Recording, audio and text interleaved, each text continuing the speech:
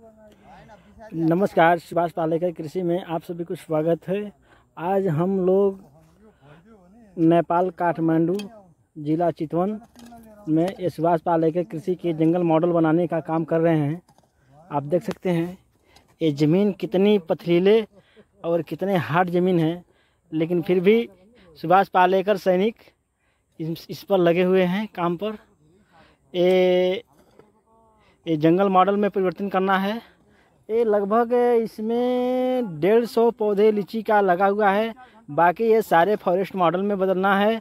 हम लोग सिर्फ ट्रेनिंग नहीं देते हैं, हाथ से अपने बेड बनाकर पूरे तौर तरीके पूरे व्यवस्थित रूप से बनाकर ये पूरे क्लियर करते हैं। आप देख सकते हैं ये सामने नरोत्तम तिवारी जी हैं, अपने हाथों से इस धूल में अपने हाथों से काम कर रहे हैं। और जो सुभाष पालेकर कृषि को अपनाए हैं ये माननीय श्री और संतोष जी, ये खुद को अपने खेत में कुदाल चला रहे हैं, क्योंकि ये बहुत दिन तक ये खेत को यूज नहीं किए थे। अब इनको मन में ये एक सेवा भाव उत्पन्न हुआ है, क्योंकि ये सुभाष पालेकर कृषि से जुड़ने का। तो आज देख सकते हैं लगभग ये 4 एकड़ का ये लगभग ये जगह है। इस जगह पर पूरे सुभाष पालेकर कृषि से ये पूरे तैयारी किया जाएगा। इसी पद्धति से जीवामृत, घन जीवामृत और सारे बीजामृत आच्छादन के रूप में ये लिया जाएगा। तो इस तरह के हम लोग सुभाष पालेकर कृषि को करने को संकल्प लिए हैं और कर ही रहे हैं। आप देख सकते हैं सिर्फ ट्रेनिंग नहीं है, हम लोग का स्वयं हाथ से श्रम करके मेहनत करके बेड बनाकर नाली बनाकर पूरे तैयारी के साथ पूरे किसान को बताकर तब हम लोग जानने वाले हैं। पूरे जो भी मतलब असुविधा हो हर वक्त फ़ोन से लगे रहेंगे, कॉल से वीडियो कॉल से बताते रहेंगे। इसलिए जब तक ये सुभाष पालेकर कृषि जंगल मॉडल में परिवर्तन ना हो जाए तब तक हम लोग इसको छोड़ने वाले नहीं हैं, क्योंकि ये सारे हम लोग का दायित्व है पूरे भारत पूरे देश में इसको ले जाने के लिए। सुभाष पालेकर कृषि को इस प्रकार ये सारी तैयारी कर रहे हैं हम लोग। हर जन तक जा रहे हैं जिनको सुभाष पालेकर कृषि का मॉडल बनवाना है, बीज चाहिए या खेती करना है, किसी प्रकार का सहायता के लिए ज़रूरत है तो हम लोग के नंबर पर कॉल करके बताएं। हम लोग हर पल हर जगह हर समय उपस्थित रहेंगे। जय सुभाष पालेकर, जय गौ माता। नमस्कार, अहिले हामी यहाँ नेपालमा आइपुगेछौँ हैन। हाम्रो 3 दिनको यात्रा नेपालको कृषि भ्रमण यात्रा सुभाष पालेकर कृषि दर्शन यात्रा हाम्रो थियो। म र शिवनाथ जी यहाँ गोरखपुर इन्डियाबाट यहाँ आएको हो र यहाँ हाम्रो श्रीराम दाई हुनुहुन्छ। यहाँले सुभाष पालेकरजीको युट्युबबाट भिडियो हेरेर यानी 20 वर्ष अघि यहाँले खेती छोड्नु भयो, अहिले 20 वर्षपछि फेरि खेती स्टार्ट गर्नुभयो र यहाँले गुरुजीको पञ्चस्तरीय जुन मोडल छ यहाँ आफ्नो खेतमा गर्न कोसिस गरिराख्नु भएछ र यहाँले सकेसम्म त गर्नुभयो। यहाँ तपाईँ हेर्नुहुन्छ लिचीको बोट पनि लगाउनु भएछ यहाँ सबै। तर के भयो हैन, यहाँले आफ्नो जति आइडिया आयो त्यति हर सम्भव कोसिस गर्नुभयो। तर यहाँको अलिक के भयो हैन, प्रपर दूरी डिस्टेन्सहरू यहाँले मेन्टेन गर्नु भएन र यहाँले यस्तो बेड बनाएर हैन, यस्तो बेड बनाएर गर्नु भएन। हामीले यहाँले एउटा सेम्पलमा एउटा बेड बनाइयो, बेडमा कसरी नाली निकाल्ने हो नाली पनि बनाइयो। यहाँ नाली बनाएर सबै हामीले यहाँलाई हेराए हैन।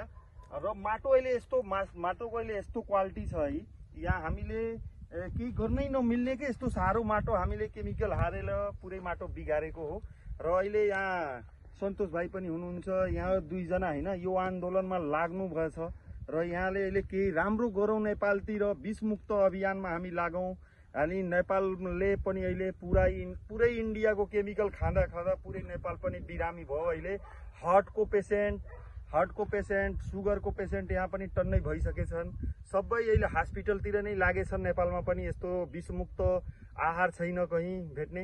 यहाँहरूले यो अभियानमा लाग्नुभयो, हामीले यहाँको अनुभव जान्नु पर्यो। दाइ तपाईँले कसरी यहाँ सुभाष पालेकर कृषिको थाहा भयो, तपाईँ कसरी यहाँ लाग्नुभयो भनेर? नमस्कार, मैले सुरुवात चाहिँ कसरी भयो भने मेरो घरमा आमालाई क्यान्सर भएको छ, मेरो बुवालाई सुगर छ, हामी 3 दाजुभाइ 4 वटा दिदीबहिनी सबै सुगर पेसेन्ट। म पनि सुगरको इन्सुलिन त छैन, मेडिसिन प्रयोग गर्छु। यो औषधि खाँदा दिगदार भएर परिवारमा सबै वरपर विषाक्त तरकारी फलफुल सबै छ, मिसावट बढी छ। अनि यो यदि यो नेपालमा बस्नु छ, अलि धेरै बेर बच्चाहरूको भविष्यको लागि यहाँ हामी बस्नु छ भने एउटा विषाक्त मुक्त एउटा विषमुक्त चाहिँ खानेकुरा खान पर्यो भन्ने खाले मलाई चिन्तन चाहिँ पहिल्यैदेखि भएको हो। र अहिले चाहिँ मैले आफ्नै तरिकाले म यो विषाक्तबाट मुक्त हुनको लागि के गर्नुपर्छ भन्दाखेरि म चाहिँ यो युट्युबहरूमा मैले धेरै अरू यो को पनि हेरेँ। सबैभन्दा विश्वास र भरपर्दो एउटा ऋषिमुनि जस्तो लागेको मलाई सुभाष पालेकर। मैले उहाँको चाहिँ अनि युट्युबमा धेरै अध्ययन गर्न थालेँ। मलाई यो सबै खेती कसरी गर्छ भन्ने चाहिँ थाहा थिएन, तर यो जीव अमृत भन्ने सुनेर म धेरै टाढाबाट यो गोबर गौत, लोकल गाईको गोबर गौत कलेक्सन गरेर एउटा फितलो प्रयास गरियो। तर यो फितो काम गर्दै जाँदाखेरि यसले पनि सम्भव भएन। गाई चाहिँदो रहेछ, लोकल गाई यहाँ भयो भने भनेर हामी सन्तोष भान्जा र मेरो अनि गाईको पनि व्यवस्था भयो। त्यसपछि चाहिँ अब लोकल भएपछि अब हामी गर्छौँ भनेर प्रयास चाहिँ भयो। तर हामी धेरै ठाउँमा अल्मलिरहेको थियौँ, धेरै ठाउँमा हामीले काम गर्न सकिरहेको थिएनौँ, हामीले जाने थिएनौँ। हामीले जसरी जान्यौँ त्यसरी त बिरुवाहरू लगाउने अभियान त चलायौँ, तर सबै उल्टो काम भए रहेछ। जब सबै हामीले जुन काम गर्यौँ त्यो सबै नेगेटिभ काम भए रहेछ। अब त्यो कामलाई चाहिँ सुधार्ने अभियान चाहिँ अहिले बल्ल सुरु भएको छ। त्यो काम सुधार्ने अभियान अन्तर्गत चाहिँ हामीले यसमा अब यो ड्याङ बनाउने, यसलाई यो पानीको दुःख छैन यहाँ दुःख छ त यो अनुभवको दुःख छ। यो प्रविधि, यो सुभाष पालेकरका यो सबै विधिहरू र हामीसित धेरै कमजोर छौँ। हामीलाई सहयोग गर्नलाई त्यति टाढाबाट हाम्रा अनन्य मित्र नवरत्न तिवारीजी, हाम्रो शिवनाथजी यति टाढा आउनु भएको छ। हामी धेरै हौसिया छौँ, हामीलाई धेरै काम गर्ने जाँगर उत्साह जागेको छ। हामी यसलाई अब उहाँहरूले जे भन्नुहुन्छ उहाँको गुरुजीको त्यो लाइन अनुसार हामी काम गरेर हामी यहाँ नेपालमा पनि अरूलाई पनि प्रेरणा दिने। यहाँ अहिले हामी यहाँ सुरु गर्दाखेरि नै मान्छेहरू धेरै किसानहरू जोडिरहेछन् हामीसँग। हामीले गुरुजीहरूलाई यहाँ भनिरहेछौँ यस्तो यस्तो गर्न लागेछौँ भनेर सबैलाई सिकाउँदैछौँ। यिनीहरू अहिले यस्तो यो सम्भव छैन भन्ने खाले कुरो छ। असम्भवलाई सम्भव गर्न विषमुक्त समाज, विषमुक्त एउटा पर्यावरण समाज निर्माण गर्नको लागि हाम्रो सानो छिटा थोपा अभियान जारी छ। नमस्कार। ल यो सन्तोष भाइ हुनुहुन्छ यहाँ आफ्नो परिचय दिनु हजुर। अनि कसरी तपाईँलाई यस्तो एक्साइटेड तपाईँ उत्साहित हुनुभयो कि हामीलाई सुभाष पालेकर कृषि नै यहाँ गरौँ भनेर? नमस्ते हजुर, म पनि हाम्रो मामाले भने जस्तै सुभाष पालेकर कृषिप्रति कसरी आकर्षित भयो भनेदेखि म पनि यो विषादी मुक्त खेतीलाई चाहिँ कसरी गर्न सकिन्छ भन्ने अभियान एउटा चाहिँ अनुसन्धान गर्ने क्रममा युट्युब मार्फत नै मैले चाहिँ सुभाष पालेकर गुरुको चाहिँ भिडियोहरू देखेँ।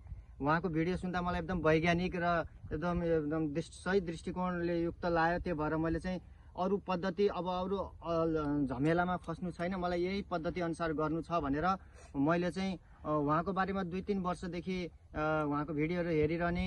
त्यही अनुसार मैले चाहिँ उहाँको भिडियो हेरेर थाहा पाएँ कि लोकल, त्यसको लागि चाहिँ लोकल हाम्रो यहाँको रैथाने गौमाताको अति आवश्यक छ हाम्रो चाहिँ भनेर मैले थाहा पाएपछि मैले हाम्रो यहाँको स्थानीय गौमाता चाहिँ मैले चाहिँ खोजेर नवलपरासीको चाहिँ विश्वमाता गौशालाबाट चाहिँ खोजेर लिएर आएर नै आफ्नो गोठमा स्थापित गरेँ। त्यसपछि म जस्तै सोच भएका मेरा मामाजी पनि मसँग भेट हुनुभयो, त्यसले मलाई थप हौसला मिल्यो। त्यसपछि हामी चाहिँ उहाँहरूकै फार्म हाउसमा चाहिँ गोरखपुरमा चाहिँ सिसुवामा चाहिँ गएर उहाँहरूलाई भेट्ने काम पनि भयो। र त्यही क्रममा चाहिँ उहाँहरू पनि एकदम सहयोगी भावनाले युक्त हुनुभएको कारणले गर्दा उहाँहरू स्वयं उहाँदेखि आएर चाहिँ अब हामीलाई पनि हौसला बढाएर यो खेतीमा चाहिँ अगाडि बढ्नलाई प्रेरणा पनि दिनुभयो।